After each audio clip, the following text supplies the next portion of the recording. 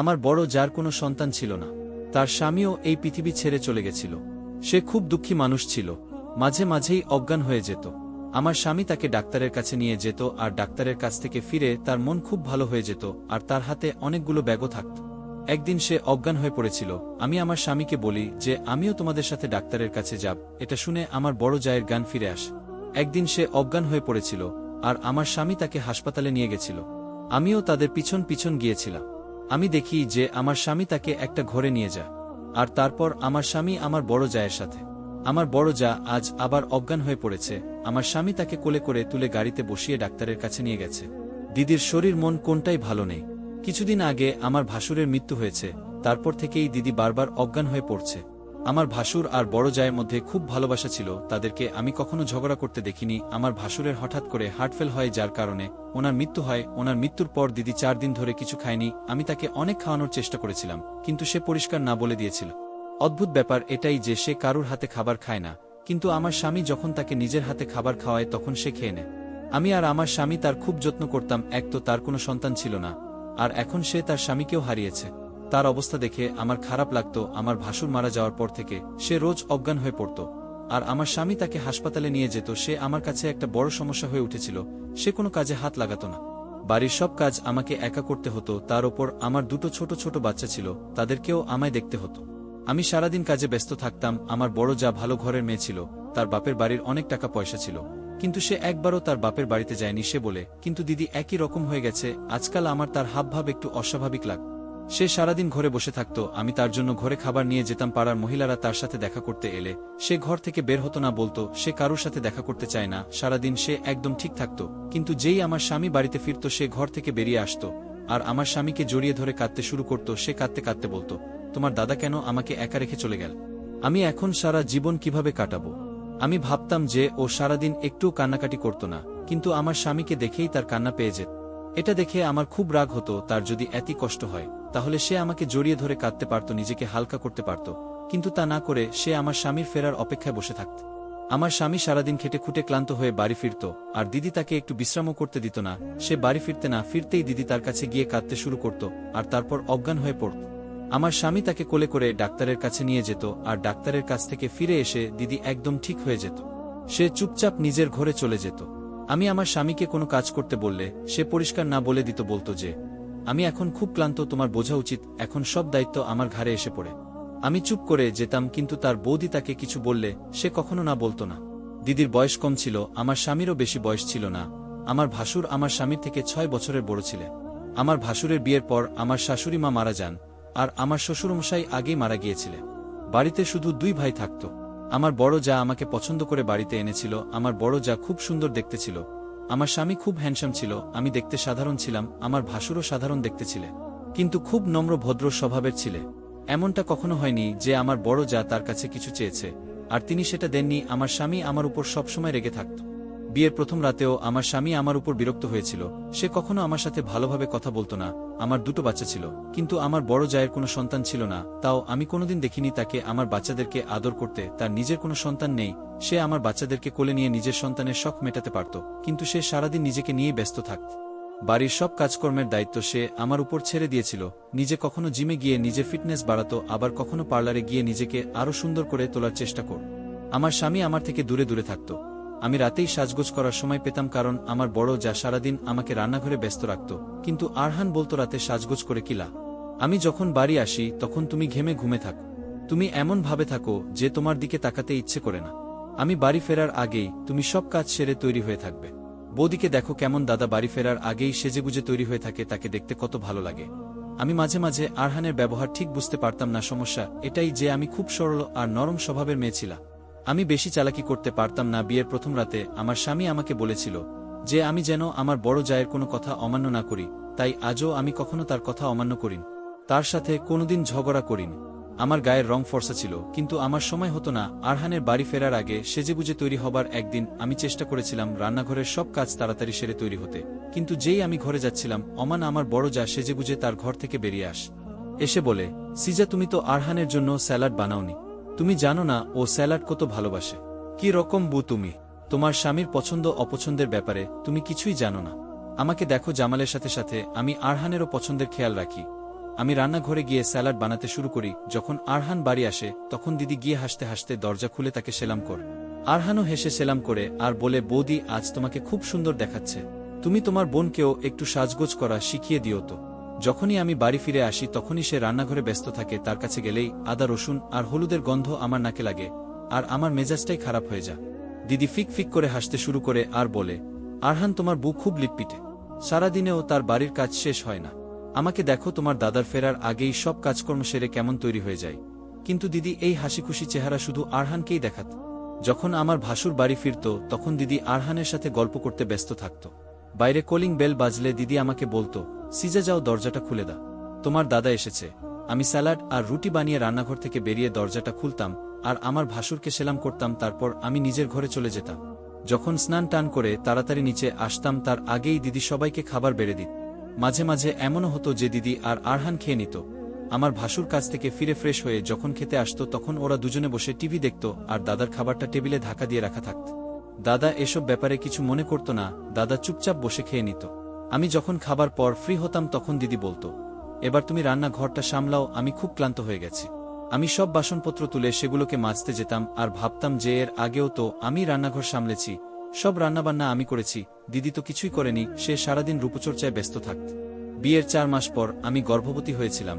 তখন আরহানও আমার সাথে ভালো ব্যবহার করতে শুরু করেছিল। আমার যখন একটা ছেলে হয় তখন আরহানের সাথে সাথে আমার ভাসুর ও খুব খুশি হয়েছিল। আমার ভাসুরের বাচ্চার খুব শখ ছিল। তিনি রোজ কাজ থেকে ফিরে আমার ছেলেকে কোলে তুলে আদর করতেন। কিন্তু আমার বড় যা ঠিক তার উল্টো ছিল। সে কোনোদিন আমার ছেলেকে কোলে নেয়নি। সে মুখেই বলতো যে সে বাচ্চা চায়, কিন্তু তার ভেতরে আমি কখনো মায়ের মমতা দেখতে পাইনি। আমার বড় ছেলের যখন 4 মাস বয়স ছিল তখন আমি আবার গর্ভবতী হই। আমি ভেবেছিলাম আমার শরীরের অবস্থা দেখে আমার বড় জায়ের আমার উপর দয়া হবে, কিন্তু তার কোনো লক্ষণ দেখলাম না। এত ছোট বাচ্চাকে ছেড়ে আমাকে রান্নাঘরের সব কাজ একা হাতে করতে হতো। আমি যখন আরহানকে বলতে যাই যে দিদি একদম আমাকে সাহায্য করে না, তখন সে খুব রেগে যায় আর বলে, তুমি এখন নালিশ করা শুরু করে দাও যাতে আমাদের সংসারে ভাঙ্গন ধর। বৌদিও তো এই বাড়িতে থাকে, সে কখনো তোমার নামে নালিশ করেছে? করেনি, কারণ সে ঘর গড়তে জানে। তোমার মতন ঘর ভাঙ্গে না। খবরদার, যদি তুমি আর কোনোদিন বৌদির নামে নালিশ করেছ তাহলে আমার থেকে খারাপ আর কেউ হবে না। একটু বেশি কাজ করতে বলা হয়েছে বলে তুমি আমার মাথায় চড়ে বসেছ। আরহান আমার কোনো কথাই বুঝতে চায় না। আমি ভাবি দিদি সারাদিন করে টাকি, রান্নাবান্না করার সব দায়িত্ব সে আমার উপর ছেড়ে দিয়েছে। কাপড় কাচা আর ঘর পরিষ্কার করার কাজটা সে করত। তাছাড়া আর কি কাজ ছিল তা? আর কোনো কাজ বাকিও ছিল না। দুটো ছোট বাচ্চা নিয়ে রান্নাবান্না করতে আমার খুব সমস্যা হতো। মাঝে মাঝে এমন হতো যে বাচ্চা আর বাড়ির সব কাজ সামলাতে গিয়ে আমি আরহানকে একদম সময় দিতে পারতাম না। সারাদিন কাজ করে আমি খুব ক্লান্ত থাকতাম। রাতে বিছানায় শুয়েই আমি ঘুমিয়ে পড়তাম। আরহান আমাকে এই ব্যাপারে আর কিছু বলতো না। সে বলা ছেড়ে দিয়েছিল। আমি ভেবেছিলাম যে সে হয়তো আমার অবস্থাটা বুঝতে পারছে, কিন্তু আসলে ব্যাপারটা একেবারেই তা নয়। 4 মাস আগের কথা। তখন আমার ভাসুর খুব চুপচাপ হয়ে গেছিল। তিনি খুব বেশি সিগারেট খাচ্ছিলেন। তিনি আগেও সিগারেট খেতেন, কিন্তু মাঝে মাঝে। এখন আমি ওনাকে সব সময় সিগারেট খেতে দেখি। আমার বড় যা সেই একই রকম ছিল। সারাদিন নিজের ফিটনেসের খেয়াল রাখত আর সাজগোজ করত। সে খুব উদাসীন ছিল, শুধু নিজেকেই ভালোবাসত। আমার ছেলেরা যমজ বাচ্চাদের মতন ছিল। একজন অসুস্থ হলে আর একজন অসুস্থ হয়ে পড়ত। একজনের খিদে পেলে অন্যজনেরও খিদে পেয়ে যেত। রাতে প্রায়ই আমাকে তাদের জন্য খাবার বানাতে রান্নাঘরে যেতে হতো। আর তখন আমি দেখতাম যে আমার ভাসুর লাউঞ্জে বসে সিগারেট খাচ্ছেন। তিনি সারারাত লাউঞ্জে কাটাতেন আর নিজের চিন্তায় মগ্ন থাকতেন। আমার রান্নাঘরে যাওয়া আসা কোনো কিছুই উনার নজরে পড়ত না। তিনি নিজের মনে কিছু একটা ভাবতে ব্যস্ত থাকতে। আমি ঘরে গিয়ে দেখি আমার দুটো বাচ্চা কাঁদছে। আরহানের তাদের কান্নার আওয়াজে ঘুম ভেঙে গেছে আর সে খুব রেগে গেছে। আমি তাদেরকে খাবার খাওয়াই আর তারা চুপ করে যায়। আমি আরহানকে বলি, জামাল ভাই আজকাল খুব চুপচাপ হয়ে গেছে, সিগারেট বড় বেশি খাচ্ছে, উনার কি কিছু হয়েছে? আরহান তখন ঘুমের ঘরে ছিল। সে বলে, অফিসের কোনো টেনশন হবে, ও ঠিক হয়ে যাবে। এই বলে ও পাশ ফিরে শুয়ে পড়ে। সেই কারণটা আমরা আর কেউ জানতে পারলাম না। তার আগেই জামাল ভাই এই পৃথিবী ছেড়ে চলে গেলেন। আর আজকাল আমার বড় যা একটা নতুন নাটক শুরু করেছে। যেই আরহান অফিস থেকে বাড়ি ফিরত সে ঘর থেকে বেরিয়ে তাকে জড়িয়ে ধরে কাঁদতে শুরু করত আর তারপর অজ্ঞান হয়ে পড়ত। আরহান তাকে কোলে করে ডাক্তারের কাছে নিয়ে যেত। একদিন আমি দেখি দিদি একটা ভালো স্যুট পরে সুন্দর করে মেকআপ করে ঘর থেকে বেরিয়ে এসে আরহানকে বলে, তোমার দাদা আমাকে এইভাবে দেখতে খুব পছন্দ করত। সে বলতো আমি যেন সব সময় এইভাবে সেজে থাকি। আরহান বলে, তুমি এখনো এইভাবেই সাজবে? দাদা নেই তো কি হয়েছে, দাদা নিশ্চয়ই উপর থেকে তোমাকে দেখছে। তারপর থেকে সে রোজ সাজগোজ করতে শুরু করে। সে আজকাল ঘন্টার পর ঘন্টা আরহানের সাথে বসে গল্প করে। আমি আর এসব দেখতে পারছিলাম না। প্রত্যেক 2-3 দিন পর পরই সে অজ্ঞান হয়ে পড়ার নাটক করে আর আরহানের সাথে ডাক্তারের কাছে যা। একদিন আমি দেখি সে যখন ডাক্তারের কাছ থেকে ফেরে তার হাতে শপিং ব্যাগ। আরহান বলে, বৌদির মন ভালো করার জন্য আমি তাকে শপিংয়ে নিয়ে গেছিলাম, যাতে তার মনে না হয় যে দাদা নেই, তাই তার শখ মেটানোর জন্য আর কেউ নেই। তারপর একদিন আমি যা দেখি সেটা দেখে আমার ধৈর্যের বাঁধ ভেঙে যায়। একদিন রাতে বাচ্চার কান্নার আওয়াজে আমার ঘুম ভেঙে যায়। আমি দেখি আরহান ঘরে নেই। আমি যখন ফিডার বানানোর জন্য রান্নাঘরে যাচ্ছিলাম, তখন আমি দিদির ঘর থেকে হাসির শব্দ শুনতে পাই। আমি গুটি গুটি পায়ে দিদির ঘরের দিকে যাই। ঘরের দরজাটা বন্ধ ছিল, কিন্তু জানলাটা খোলা ছিল। আমি জানলা দিয়ে যা দেখলাম সেটা দেখে আমার পায়ের তলা থেকে মাটি সরে গেল। আমি ঘরে এসে কাঁদতে লাগলাম। বাচ্চাদেরকে খাইয়ে তাদেরকে ঘুম পাড়িয়ে দিলাম। কিছুক্ষণ পর আরহান হাসতে হাসতে ঘরে আসে। আমাকে দেখে জিজ্ঞেস করে, তুমি এখনো জেগে আছো? আমি বলি, তুমি কোথায় ছিলে? আরহান বলে, দাদা মারা যাবার পর থেকে বৌদি খুব ভেঙে পড়েছে। আমি যখন জল খেতে ডঠছিলাম তখন তার ঘর থেকে কান্নার আওয়াজ শুনতে পাচ্ছিলাম। আমি তার ঘরে তাকে সান্ত্বনা দিতে গিয়েছিলাম। আমি তার দিকে তাকিয়ে বলি, তোমাদের এখানে বৌদিদের কি জড়িয়ে ধরে সান্ত্বনা দিতে হয়? আরহান আমার দিকে রেগে তাকায় আর বলে, তুমি আমাদের লুকিয়ে লুকিয়ে দেখছিলে। সে আমার বৌদি হয়, আমার দাদার স্ত্রী, আমি তার ছোট ভাইয়ের মতন। আমি তাকে ছোট ভাই হিসেবে সান্ত্বনা দিচ্ছিলাম। তবে তুমি যদি আমাকে এভাবে সন্দেহ করো, তাহলে একদিন আমি তাকে বিয়ে করে নেব। এটা শুনে তো আমার মাথায় আকাশ ভেঙে পড়। আমার বাপের বাড়ি খুব পয়সাওয়ালা বাড়ি নয়, আর আমার আরও ছোট বোনেরা আছে যাদের বিয়ের বয়স হয়ে গেছে। তারা ভালো সম্বন্ধ আসার অপেক্ষায় আছে। আমি দুটো বাচ্চা নিয়ে আমার বাপের বাড়িতে গিয়ে উঠতে পারবো না। আমি চুপ করে যাই।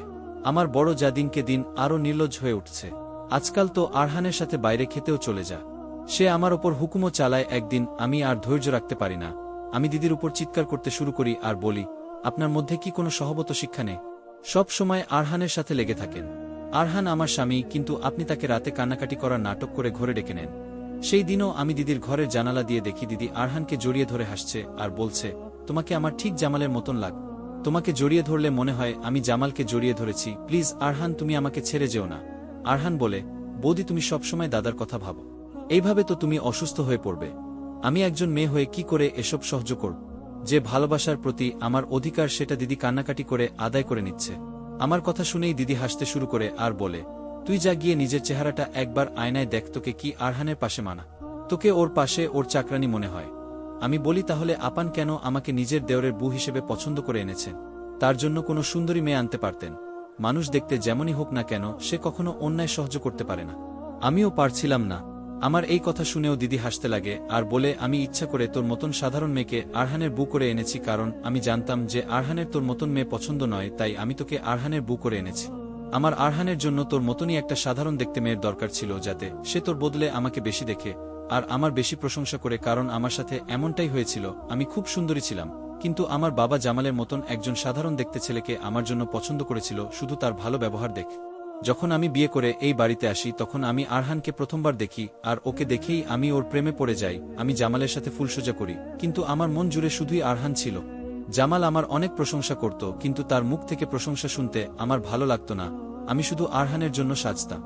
সমস্যা এটাই ছিল যে আরহান সব সময় আমার থেকে দূরে দূরে থাকতো। হয়তো আমি ওর দাদার বউ হই, তাই সে আমার থেকে দূরত্ব বজায় রাখত, কিন্তু সেটা আমার ভালো লাগতো না। আমি মনে মনে আরহানকে চাইতাম। তখন আমার শাশুড়ি মা খুব অসুস্থ ছিলেন। ওনার আমার সেবা যত্নের প্রয়োজন ছিল, কিন্তু আমার স্বামী বা শাশুড়ি কারোর প্রতি কোনো টান ছিল না। আমি শুধু একজন হ্যান্ডসাম ছেলে খুঁজছিলাম, আর আরহান আমার মতে খুব হ্যান্ডসাম। জামাল বাচ্চা চেয়েছিল, কিন্তু আমার কাছে আমার শরীরটা বেশি দামি। আমি আমার ফিটনেস নষ্ট করতে চাইনি। এমনটা নয় যে আমি বাজা বা জামালের মধ্যে কোনো সমস্যা ছিল। আমি ইচ্ছে করেই বাচ্চার ঝামেলা রাখিনি। আমি বাচ্চা চাইনি, আর এই অজুহাতে আমি জামালের থেকে দূরে থাকতে পারতাম আর আরহানের কাছে যাওয়ার চেষ্টা করতাম। আমার শাশুড়ি মা মারা যাওয়ার পর আমি আরহানের সাথে কথা বলতে শুরু করি। জামালের এটাই মনে হয়েছিল যে আমি হয়তো তার ভাইয়ের খেয়াল রাখছি, ওকে ওর মায়ের অভাব বুঝতে দিচ্ছি না। আরহান যখন অফিস থেকে ফিরত, তখন আমি সেজেগুজে ওর সামনে গিয়ে দাঁড়াতাম আর তাকে জিজ্ঞেস করতাম যে আমাকে কেমন লাগছে, কারণ আমি চাইতাম যে ও আমার দিকে তাকাক আর আমার প্রশংসা করুক। ওর মুখ থেকে প্রশংসা শুনে আমার মন ভরে যেত। আরহানের বউ যদি আমার থেকে বেশি সুন্দরী হতো, তাহলে আরহান তার প্রশংসা করতে ব্যস্ত হয়ে পড়ত। আমি সেটা কি করে সহ্য করতাম? বিয়ের প্রথম দিন আরহান আমাকে বলেছিল, বৌদি তুমি কেন এমন একটা মেয়েকে আমার জন্য পছন্দ করে আনলে? তুমি তোমার মতন কাউকে আমার জন্য আনতে পারতে। এটা শুনে আমার মন আনন্দে ভরে উঠেছিল। আমি ইচ্ছা করে তোকে সারাদিন রান্নাঘরে ব্যস্ত রাখতাম, যাতে তুই কোনো মতেই আরহানের মন জয় করতে না পারিস। এইভাবে ভালোই দিন কাটছিল, কিন্তু একদিন জামালের আমার উপর সন্দেহ হয়। সে বুঝতে পারে যে আমি আরহানকে ভালোবাসি। সে আমাকে সেটা জিজ্ঞেস করতে আমি নিজের মুখে সেটা স্বীকারও করে ফেল। আমি জামালকে এটাও বলে ফেলি যে আমি তাকে ভালোবাসি না, আমি তার সাথে বাধ্য হয়ে সংসার করছি। এটা শোনার পর থেকে জামাল আর আমার সাথে এক ঘরে শুতো না। সে সারারাত লাউঞ্জে বসে থাকত, এই কথাটা হয়তো সে সহ্য করতে পারেনি, তাই সে তাড়াতাড়ি এই পৃথিবী ছেড়ে চলে গেছে। এখন আমার মন প্রাণ জুড়ে শুধুই আরহান। ওই দিনটা খুব তাড়াতাড়ি আসতে চলেছে, যেদিন আরহান তোকে ঘাড় ধাক্কা দিয়ে বাড়ি থেকে বের করে দেবে আর আমাকে বিয়ে করবে। আমি অবাক হয়ে আমার বড় জায়ের নোংরা কথাগুলো শুনছিলাম, তখনই আমার চোখ পড়ে যে বাইরের দরজাটা খোলা। সেটা দিয়ে আরহান বাড়িতে ঢোকে আর এসে তার বৌদির গালে একটা সপাটে চর মারে আর বলে, আমি তোমাকে আমার বড় দিদির মতন দেখতাম, আর তুমি আমাকে এইভাবে ঠকালে। আমি যদি তোমার এই নোংরা মানসিকতার কথা আগে জানতাম তাহলে কোনোদিন তোমার সাথে কথা বলতাম না। তুমি আমার দাদাকে মৃত্যুর মুখে ঠেলে দিয়েছ, এক্ষুনি এই বাড়ি থেকে বড়ে যাও, না হলে আমি তোমাকে প্রাণে মেরে ফেলব। আরহানের রাগ দেখে মনে হচ্ছিল যে সে তার বৌদির সব কথা শুনে ফেলেছে। আমি সৃষ্টিকর্তাকে ধন্যবাদ জানালাম যে আরহান সবটা জেনে গেছে। আমার কথা তো সে কখনোই বিশ্বাস করত না। ভালো হয়েছে, ও নিজের কানেই সবটা শুনেছে। দিদি বাড়ি থেকে বেরিয়ে যায় আর আরহান আমার সামনে মাথা নিচু করে বলে, আমাকে তুমি ক্ষমা করে দাও, আমি তোমার সাথে অন্যায় করেছি। নিজের সৌন্দর্যের উপর গর্ব করা ভালো, কিন্তু জীবনে অনেক কিছু পছন্দ না হলেও সেটাকে মেনে নিতে হয়। সৃষ্টিকর্তা আমাদের জন্য যাকে বেঁচেছে তাকে আমাদের গ্রহণ করা উচিত। ধন্যবাদ বন্ধুরা।